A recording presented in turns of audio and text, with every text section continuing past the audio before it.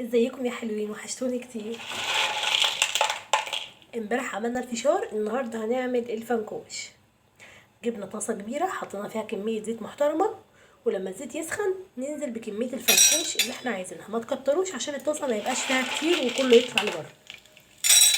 اهو معاكم واحده واحده بنعمله اهو. سهل جدا وبيتعمل بسرعه جدا، طعمه حلو قوي، بس هو مش هيلثي شويه يعني، ما تكتريش منه.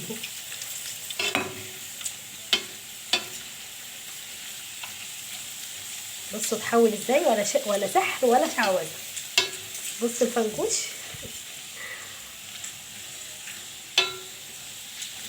هي ايام الشتا دي محتاجه ايه؟ حاجات من دي باستمرار بقى.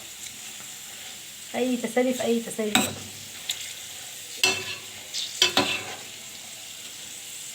بصوا اهو كده كله بقى لونه فاتح اهو، بقى لونه اصفر فاتح اهو.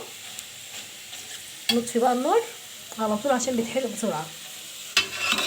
وناخد بقى كده نصفي ونحطه بقى ايه في الطبق اللي هنستخدمه، ويا ريت نحط تحته منديل اهو.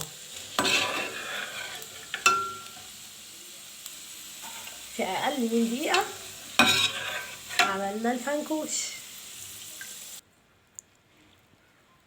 وبشويه قد الايد عملنا طبقين فنكوش.